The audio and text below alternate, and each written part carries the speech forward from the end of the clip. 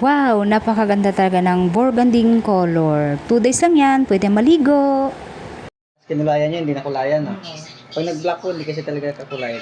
Matatalaga. Matagal na. Ribbon with color to, pagkagawa niya. May kulay po. Ano? Kulay. May kukulay na Teddy's black na lang. Kasi uban eh. Nampisa na ng black.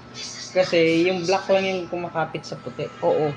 Pag ibang kulay kasi, Hindi ka pa. hindi siya kakapitan, titingkad lang. Hello mga be, for today's video nga pala ay ribbon with permanent color with collagen botox na pala ipabagawa ni Madir. Ang kinulay nga pala namin sa kanya is burgundy kasi para kumapit dun sa uban niya. Kasi mahirap naman pag itim kasi yon parang pag itim kasi pangitignan parang nakawig. Kaya burgundy na lang kinulay namin sa kanya at nagustuhan din naman ni Madir.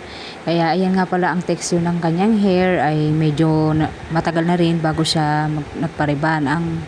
Kaya ayan na yung buhok niya. Dati nga pala, ang pinapagawa pala ni Madir is relax. Kaya ngayon pa lang siya, first time pa lang siyang magpariban. Susubok daw siya ng magpariban at hindi pa daw niya nasubukan magpariban talaga. Kaya ayan na, ay nakaseksyon na nga pala ang kanyang buhok dyan at lalagyan na ni boss ng rebonding number 1 para maumpisa ng babara ng kanyang buhok. At ayan na nga ay nilalagyan na. At ito na nga ay nakababad na ka pala siya dyan sa rebonding number 1. Ibababad na lang para kumapit talaga sa kanyang buhok. At ito na nga ay nababanlawan na nga pala siya dyan mga be. Babanlawan ko na siya para maplansya na at mablower na kanyang buhok.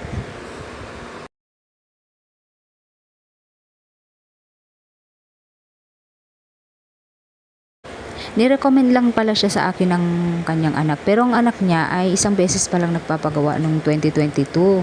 Kaya ngayon, nirecommend siya sa amin ng kanyang anak. Taga Indang pa nga pala yan si Madir. Kaya ayan, susubukan daw niya yung aming ribbon. Kasi nga sabi nga daw kanyang anak ay maganda daw yung ribbon namin. Pero yung anak niya hindi pa nagpapariban. Gawa nga sa trabaho niya ay laging naka-hairnet. Kaya hindi muna siya nagpapariban kasi nga daw sayang lang din kasi iipitan lang niya tapos naka-hairnet din sila sa trabaho. Kaya ito lang si Madir ang nagpariban sa amin. At ayan na nga, sinusuklay ko ng kanyang buhok kasi nga i-blower ng mga be para mapatuyo na at paplansyahin na rin ng kanyang buhok. Ang buhok naman kasi ni Madir, sa dulo kasi may kulay black. Mahilig kasi siya magkulay gawa ng kanyang uban. At ito na nga mga be ay binoblower ko na nga pala siya dyan. Mahirap talaga pag black ang kinulay mga be kasi kahit anong kulay na ilalagay mo ay hindi talagang kakapitan. Kahit i-bleach mo siya, hindi talaga siya makakapitan mga be. Ganun kasi talaga katindi si black. Kaya pag nagpa-black ka, mag-isip ka talaga ng ilang beses kung pag gusto mo magpakulay, hindi ka na makukulayan. Kaya sayang lang din at masisira din ang buhok mo. Si black din kasi ay hindi rin siya maganda talagang ikulay sa buhok kasi nga nakaka-dry.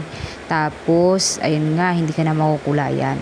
At ito na nga mga be, tuyo na yung kanyang buhok. Kaya ayan, paplansyahin na namin dalawa ni Dudong, ni Boss. Dalawa na kami dyan para mas mabilis mga be. At ayun nga mga be, yung kinulayan namin ng burgundy ang kanyang buhok, ang dulo ng buhok niya ay hindi talaga kinapitan ng burgundy kasi nga may kulay na black. Kasi yun nga talaga ang lagi kong pinapaliwanag sa mga customer ko pag gusto nila mag color ng black, mag-isip talaga ng ilang beses kasi nga nakakasira talaga ng buhok at hindi na makukulayan. Kasi nga dati may isa akong customer, sinabi ko na sa kanya na hindi na siya talaga makukulayan pag nagkulay siya ng black. Sabi niya okay lang daw. Tapos nung na gusto na magpakulay, hindi na nakakapitan ng kulay.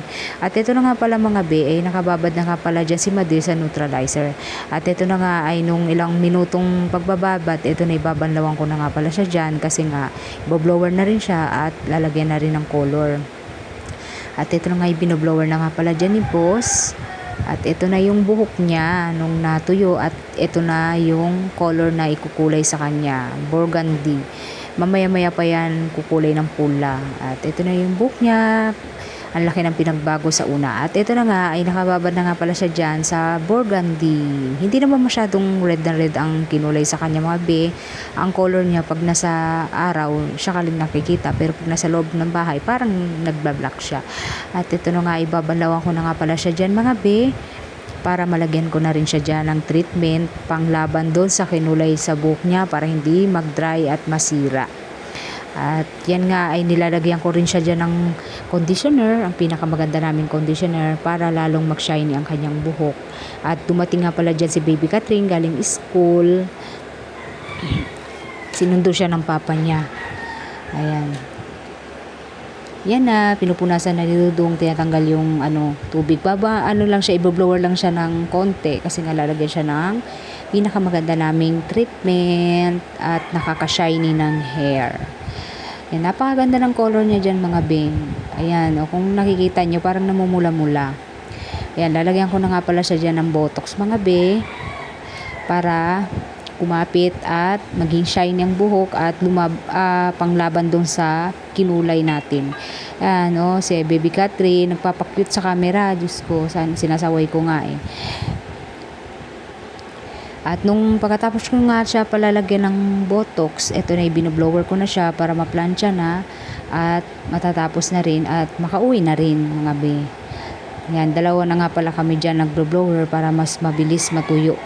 Mas maganda kasi pag dalawa kayo nagbo-blower, mas mabilis ang inyong trabaho at gawain. Yan. Pagka marami kaming customer, tagi-isa kami.